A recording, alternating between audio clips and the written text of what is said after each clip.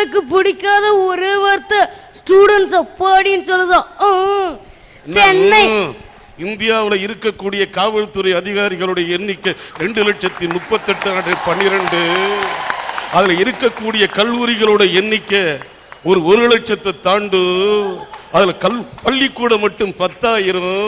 அதுல படிக்கக்கூடிய மாணவனா வந்து நின்று பேசுற பேசு. தென்னைய பெத்தா இளநீர், புள்ளைய பெத்தா கண்ணீர். இன்னைக்கு பல பெற்றோர்கள் நிலைமையும் அதுதாங்க ஐயா. ஆம்பளை பிள்ளையா இருந்தாலும் சரி, பொம்பளை பிள்ளையா இருந்தாலும் சரி, இன்னைக்கு பெரும்பாலான பிள்ளைங்க சுயநலத்தோட தாயா இருக்கிறாங்க. உலகத்தை பற்றி சரியா புரிஞ்சுக்கிறது இல்லை. ஆசிரியர், அரசாங்கம், சமுதாயம், பெற்றோர் ஆகிய எல்லாரும் ஒரு மாணவனுக்கு அடிப்படை வசதி, நிதியுதவி, கல்வி, ஒத்துழைப்புன்னு கொடுத்து அந்த மாணவனை மிகப்பெரிய பட்டதாரியா உருவாக்குறாங்க. ஆனா அவன் படிச்சு போட்டு இத்தனையும் சுகமா அனுபவிச்சுட்டு வெளிநாடு போய் வேலை செய்யறான். கேட்டா இந்த நாடு எனக்கு என்ன செஞ்சதுன்னு சொல்றான். ஐயா, மாணவர்கள் நம்ம நாட்டில் படிச்சுட்டு வெளிநாடு போய் வேலை செய்யாம நம்ம நாட்டில் இருந்து உழைக்கணும். அப்படி உழைச்சா 2020 என்னையா 2010 அமெரிக்காவோட மிகப்பெரிய வல்லரசு நாடா உருவாகியான். அடுத்து இளைஞன் இருக்கான்னு பாருங்கய்யா, அவனோட சுகபோகி, அவனை மாதிரி வேற யாருமே இல்லைங்கய்யா. ஒரு வீட்டில் அப்பா சொல்றாரு, டேய் நல்லா படிடா, நல்லா படிச்சா உன் வாழ்க்கை நல்லா இருக்குமாடான்னு கேட்டதுக்கு பையன் சொல்றான், அப்பா அப்படியெல்லாம் நல்லா படிச்சா என்னன்னு கேட்குறான். அதுக்கு அப்பா சொல்றாரு, ஜம்முன்னு கால் மேலே கால் போட்டுக்கிட்டு சாப்பிடலாம்னு சொல்றாரு. பையன், அப்பா நான் இப்பவே அதைத்தானப்பா பண்ணிக்கிட்டு இருக்கேன்னு சொல்றாங்க ஐயா. இப்படி எதுக்கு எடுத்தாலும் வீண்வாதம் பேசிக்கிட்டு தன்னோட வாழ்க்கையும் படிப்பையும் கெடுத்துக்கிட்டு இருக்கிற சில இளைஞர்கள் மாறணுங்கய்யா. அதுலேயும் சில பொம்பளை பிள்ளைங்க இருக்காங்களே, அவங்க பெத்தவங்களை படுத்துற பாடு இருக்கு. அது நம்ம வடிவேலு படுற பாடுதாங்கய்யா. ஒரு வீட்டில் அம்மா சொல்றாங்க, ஏம்மா நீ தான் நல்லா படிச்சுட்டு வேலைக்கு போய் கொஞ்சம் ஒழுக்கமாக ட்ரெஸ் பண்ணிட்டு போமாட்டியான்னு கேட்டதுக்கு அந்த பொண்ணு தாம் தூம்னு குதிச்சுட்டு ஆடுற ஆட்டத்தை பார்த்தா அந்த சந்திரமுகி பேயே பயந்து போயிரியா. எனவே வருங்கால இந்தியா வளமானுன்னா மாணவருக்கு தான் தேவை மாற்றம். ஐயா, இன்னைக்கு வாத்தியார் படுற பாடு இருக்கேயா, அந்த பாடு வலிய போய் கிரைண்டர்ல தலைய கொடுத்த மாதிரி ஆயிருங்கய்யா.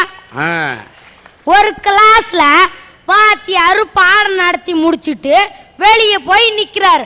அப்போ ஒரு மாணவன், சார் நீங்க மலையில் நிறையாதீங்க சார் அப்படின்னு சொல்றான். அதை பார்த்துட்டு வாத்தியார், ஏன்டா அப்படி சொல்றேன்னு கேட்குற. அப்போ மாணவன், சார் நீங்க மலையில் நினைச்சா மண்டையில் இருக்கிற களிமண் நல்லா கழிஞ்சு போயிருன்னு சொல்றாங்க சார். அதுக்கப்புறம் அந்த வாத்தியார் கொஞ்சம் மனசை தேத்திக்கிட்டு நாளைக்கு பாடம் நடத்த ஆரம்பிச்சார். அப்போ ஒரு பொண்ணு தலையை விரிச்சு போட்டுக்கிட்டு வந்து கிளாஸ் முன்னாடி நின்றுச்சு. அதை பார்த்த வாத்தியாரு எங்க தன்னோட பொண்டாட்டித்தை அடிக்க வந்துட்டவங்க பயந்தே போயிட்டாரியா. அதுக்கப்புறம் அந்த பொண்ணு கூப்பிட்டு, ஏமா நீ இப்படி வந்திருக்கேன்னு கேட்டதுக்கு அந்த பொண்ணு சொல்லிச்சியா, சார் நீங்க தான் சார் சொன்னீங்க லேட்டா வந்தா பின்னிடுவேன்னு சொன்னீங்க சார். அதுக்கப்புறம் அந்த வாத்தியாரு வடிவேலு ஓடுற மாதிரி வீட்டுக்கு போன ஒரு தாயா. அதுக்கப்புறம் அந்த பள்ளிக்கூடத்து பக்கம் தலை வச்சு கூட படுக்கல. இப்படி எல்லாம் வர்ற வாத்தியாரெல்லாம் துரத்திட்டா நாடு எப்படியா முன்னேறும், பாடை எப்படியா நடக்கும். அடுத்தது காலேஜ் வாத்தியார் படுற பாடு இருக்கே, அந்த பாடு கொடுமை கொடுமைன்னு கோயிலுக்கு போனா அங்க 2 கொடுமை டப்பாங்குத்து ஆடுற கதையா இருக்குது. அதுக்கப்புறம் வாத்தியார் பாடு நடத்தும் போது ஒரு பையன் என்னடனா டேய் மச்சி நேத்து தலைப்படம் பார்த்தியான்னு கேக்குது. ஒரு பொண்ணு என்னடானா ட்ரெஸ் நல்லா இருக்கான்னு கேக்குது. இன்னொரு பொண்ணு என்னடானா இது வாளி எடுத்து கொடுத்ததான்னு கேக்குது. அதுக்கப்புறம் வாத்தியார பார்த்து ஒரே ஒருத்தன் தான் என் பரிதாபப்பட்டான். யாரு பெத்த பிள்ளையோ இங்க தனியா நின்று புலம்பிக்கிட்டு இருக்குன்னு சொல்றாயா. அதுக்கப்புறம் வாத்தியார் எப்படி தெரியுமா இந்த கிளாஸ்ல இருப்பாரு, ஐயா பெரியவங்க சொல்லுவாங்க களிமண்ணையும் மணலையும் வச்சுக்கூட பானை செய்ய தெரியணும்னு. ஆனா இப்படிப்பட்ட மாணவர்களை வச்சுக்கிட்டு பானை செய்ய முடியாதியா. அந்த மணலை நாமளே குழி தோண்டி படுத்துக்க வேண்டியதுதான். ஐயா நேரம் உங்களை பார்த்தே கேட்குறேன், நீங்களும் ஒரு காலத்துல மாணவராத்தான் இருந்திருப்பீங்க. நீங்க என்னென்ன பண்ணிருப்பீங்களோ அதெல்லாம் அந்த ஆண்டவனுக்கு தான் தெரியும். ஆனா அந்த குணத்தை எல்லாம் மாத்திக்கிட்டு பேசுறீங்க பாருங்க. தமிழாயாது அமுதமியா. மற்றவன் ஊர்ல இங்கிலீஷு, நம்ம ஆளு பேசுறான் தங்கிலீஷு. அவன் உடுறது எல்லாம் பீட்டரு. மாணவன் தாங்க மாறனு, இது தாங்க மேட்டரும். ஐயா ஆண்டவன் எல்லாத்துக்கும் வசதியும் வாய்ப்பையும் கொடுக்கறது இல்ல, அதை அவங்க பயன்படுத்திக்கணும். ஏன்னா எங்கள் வீட்டை எடுத்துக்கிட்டிங்கன்னா எங்கள் அப்பா அம்மா அரை கிளாஸ் கூட படிக்கல. ஆனால் அவங்க படுற கஷ்டத்தை எல்லாம் பார்த்தா என்னால் இந்த வயசில் கூட தாங்க முடியலையா.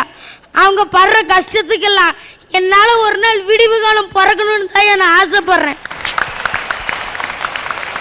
எங்கள் ஸ்கூலில் என்னை ரொம்ப ஊக்கப்படுத்தி தரியும் கொடுத்து இங்கே வந்து என்னை பேச வச்சுருக்காங்க. எனக்குள்ளே இந்த ஒருத்தனை இந்த சமுதாயத்து முன்னாடி நின்று பேச வச்சுருக்காங்க. அவங்களுக்கெல்லாம் என்ன ஆசை தெரியுமாயா, நான் வருங்காலத்தில் மிகப்பெரியவனா உருவாகணும்னு தான் ஆசைப்படுறாங்க. அந்த நம்பிக்கை எனக்கு இருக்குதுங்கய்யா. அதே போல ஒவ்வொரு மாணவனும் ஒவ்வொரு ஸ்கூல்ல இருக்கிறவங்களும் இந்த நம்பிக்கையை மனசுல வச்சுக்கிட்டா வருங்கால இந்தியா வளமானதாக உருவாகுங்க. இந்த உன் பேர் பிரேம்குமார் இல்லையா, உன்னை பத்தி நல்லா வருவன்ற நம்பிக்கை உனக்கு இருக்கு. அப்படிங்கிறத விட நீ நல்லா வருவன்ற நம்பிக்கை எனக்கு இருக்கு. வாழ்க வளர்க. இந்த பிரேம்குமார் வந்து ரொம்ப நல்லா பேசினான், கலகலப்பா பேசினான். அவன் பேசினப்ப நல்லா சிரிக்க வச்சான்னு நினைச்சேன், கடைசியில் சிந்திக்க வச்சுட்டான். சிந்திக்க தான் வச்சான்னு பார்த்தேன், கண்ணீர் சிந்தவும் வச்சுட்டான். அவங்களோட குடும்ப பின்னணியை பற்றி விசாரித்தேன். அவங்க அப்பா சாதாரண கேஸ் சிலிண்டர் போட்டு தான் தன்னுடைய குடும்பத்தை நடத்திட்டு இருக்காரு. ஒரு கேஸ் சிலிண்டர் விற்பனை செய்யக்கூடிய அவங்க அப்பா இவனை கஷ்டப்பட்டு படிக்க வைக்கிறாரு. அந்த குடும்பத்தோட கஷ்ட நஷ்டம் அறிந்து இந்த பையன் படிக்கிறான்.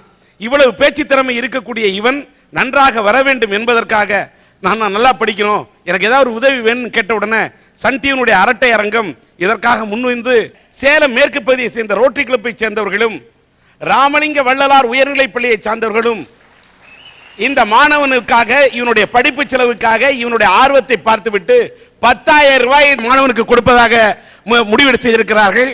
அதற்காக நால்வரையும் வேலைக்கு அழைக்கின்றேன். சுப்பிரமணியம், ஸ்ரீதர், ஓகே, கொடுங்க, உங்க கையால கொடுங்க.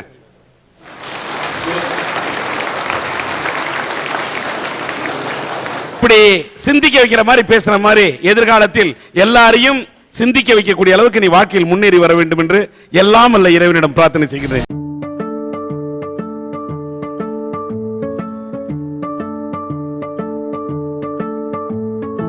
நான் வந்து ரோட்டோரமா போயிட்டு இருந்தேன். அப்போ ஆடுறாராமான்னு சத்தம். என்ன அதுன்னு திரும்பி பார்த்தா ஒரு குரங்காட்டி கையில குச்சை வச்சுக்கிட்டு ஆட்டிட்டு இருக்கிறான். அவன் எப்படி குச்சை ஆட்டுறானோ அதே மாதிரி அந்த குரங்கு ஆடுச்சு. எனக்கு ரொம்ப ஆச்சரியம், எப்படி குரங்கடா இப்படி எல்லாம் ஆடுதுன்னு. சரி இன்னும் கொஞ்சம் தூரம் போனா அங்க ஒரு பூம்பூ மாட்டுக்காரன் பூம்பூ மாடை வச்சுக்கிட்டு அவன் கையிலையும் ஒரு குச்சை வச்சுக்கிட்டு இந்த வீட்டுக்கார அரிசி போடுவாரா அப்படின்னு சொல்லி குச்சாட்டுறான். அதுவும் தலையாட்டுது. எனக்கு ரொம்ப ஆச்சரியம், குரங்கு செய்து மாடு செய்துன்னு டைமை பார்த்தா ஸ்கூலுக்கு போகிற டைமு. சரின்னு ஸ்கூலுக்கு போனால் வாத்தியார் குச்சை வச்சு ஆட்டிட்டு இருக்கிறாரு. சின்ன குழந்தைனா சாட்டை செய்ய தான் செய்யும், அப்போதான் அது சின்ன குழந்தை. அது இப்ப சேட்டை செய்யாம 70 வயசாயா சேட்டை செய்யும்?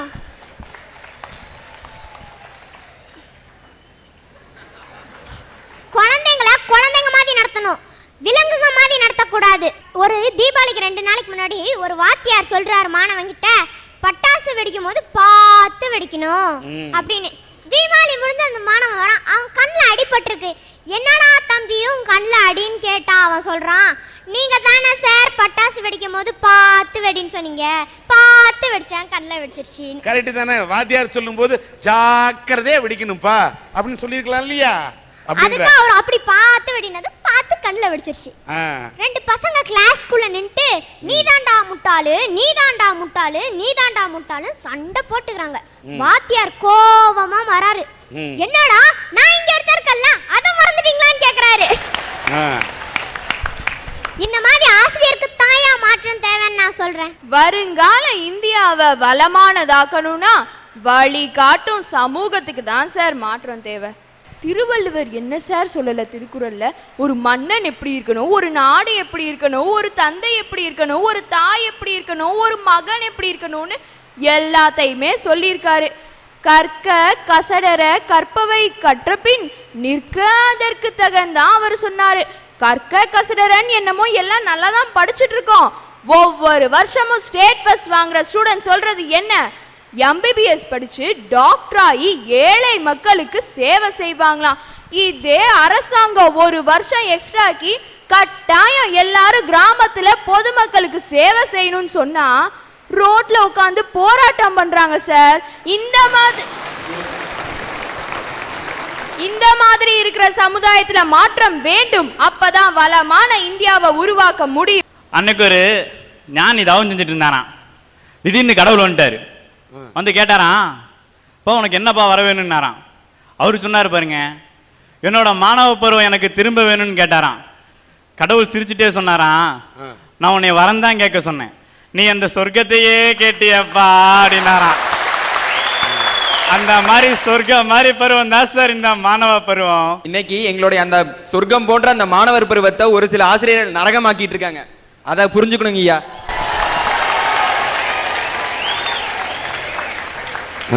கேள்விக்கு போறேன் அப்படின்ட்டு நேற்று படிச்சுட்டு சொல்லியிருந்தேன். வெண்பா குறிப்பு அப்படின்னாரு. அவன் சொன்னான், 2 அடிகளையும் 2 சீர்களையும் 2 வடிவிலையும் கொண்டது ரம்பா அப்படின்னா. அடாப்பாவி, வெண்பாவை கேட்டால் ரம்பாவுக்கு போகிற வம்பா போயிடுவடா தம்பி, என்றா இப்படி பேசுறீங்க அப்படின்ட்டு, சரி நான் பாடமே நடத்திடுறேன்டா அப்படின்ட்டு சொன்ன நான் நடத்தினார்.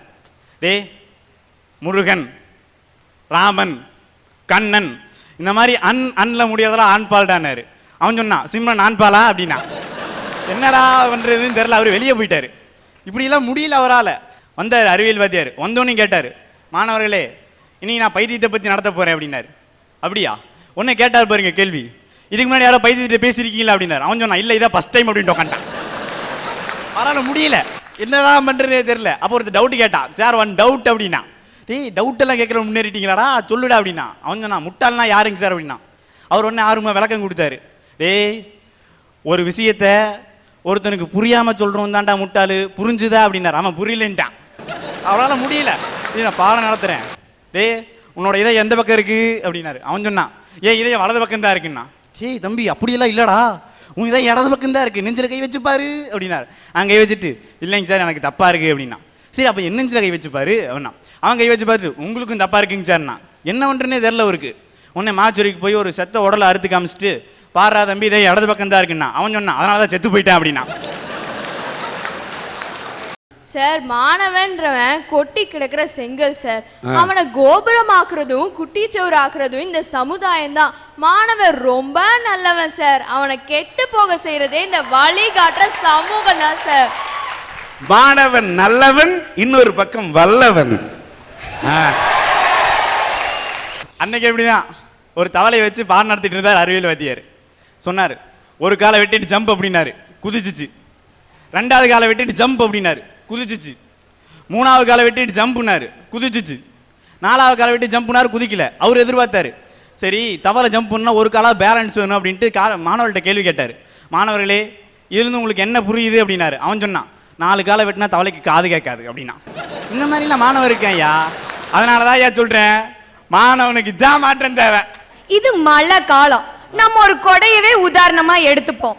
அந்த கொடைய பார்த்து ஐக்யூல் அப்படிங்கிற சீன கவிஞன் கேட்டானா, கொடையே உன்னோட குறிக்கோள் என்னன்னு. அதுக்கு அந்த கொடை சொல்லுச்சு, என்னை நம்பி மலையில எடுத்துட்டு போறவங்கள நினையாம காப்பாத்துறதும், என்னை நம்பி வெயில்ல எடுத்துட்டு போறவங்கள காயாம காப்பாத்துறதும் தான் என் குறிக்கோள்னு சொல்லிச்சான் சார். சமூகங்கிறது அந்த கொடை மாதிரி சார். அந்த கொடையில ஓட்ட விழுந்தா அதை நம்பி இருக்கிறவங்க எல்லாம் மோசம் போயிருவாங்க சார். இப்ப அந்த ஓட்ட விழுந்த சமுதாயத்தை தான் சார் ஒரு நல்ல சமுதாயமா மாத்தணும்னு சொல்றேன். நம்ம இந்தியாங்கிறது ஒரு தராசு மாதிரி. ஒரு கையில ஏகப்பட்ட புதியலும், இன்னொரு கையில ஏற்படுத்தப்பட்ட வறுமையும் தான் சார் வச்சிட்டு இருக்கு. நான் இந்தியா வல்லரசாகணும் வல்லரசாகணும்னு சொல்லல சார். பேசி பேசி வாயு ஓஞ்சு போச்சு. ஒரு அரசாலாம் மாற வேணாமா, முதல்ல ஒரு நல்ல அரசா மாற சொல்லுங்க, அப்புறமா வல்ல அரசா மாறலாம். அதான் சார் சொல்றேன், ஒரு சமமான இந்தியாவை உருவாகணும்னு. அப்படி சமமான இந்தியாவை உருவாகணும்னா கூட நம்ம சமூக மக்கள் தான் சார் மாறணும். ஒரு இந்திய வரைபடம் இருந்தது, அதுக்கு பின்னாடி மனித உருவம் வரைஞ்சிருந்துச்சு. என் தம்பிக்கு சோசியல் சப்ஜெக்டே பிடிக்காது, சும்மா தாறு மர கிழிச்சு போட்டுட்டான். அப்புறம் என்ன பண்ணனா, அதை ஒட்ட வைக்கணும்னு முயற்சி செஞ்சான். அப்ப அது அந்த பாகம் எந்தெந்த இடத்துல வரணும்னு தெரியல. அப்ப பின்னாடி இருந்த அந்த மனித படத்தை ஒட்ட வைக்கலான்னு கண்ணு வர இடத்துல கண்ணு, மூக்கு வர இடத்துல மூக்கு, வாய் வர இடத்துல வாயின் செலோடேப் எல்லாம் ஒட்ட வச்சுட்டு திருப்பி பார்த்தா நம்ம தேசம் அப்படியே கிடைச்சிருச்சு சார், அப்படியே கிடைச்சிருச்சு. ஐயா, அந்த அக்கா சொன்னாங்க அவங்க தம்பிக்கு சோஷியல் சப்ஜெக்ட பிடிக்காதுன்னு. அவங்க தம்பிக்கு சோஷியல் சப்ஜெக்ட பிடிக்கலையா, சோஷியல் சப்ஜெக்ட் எடுக்கிற மிஸ்ஸ பிடிக்கல. அவங்கள கிழிக்க முடியாம புக்கே கிழிச்சிட்டான்.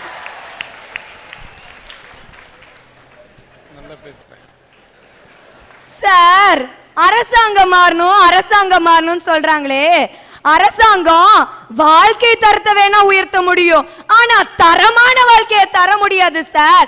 அப்படி தரமான வாழ்க்கை வேணும்னா சமூகத்துல அங்கத்தினரான ஒவ்வொரு மனிதனும் மாறணும் சார். அப்பதான் சார் வருங்கால இந்தியா வளமான இந்தியாவா மாற முடியும்.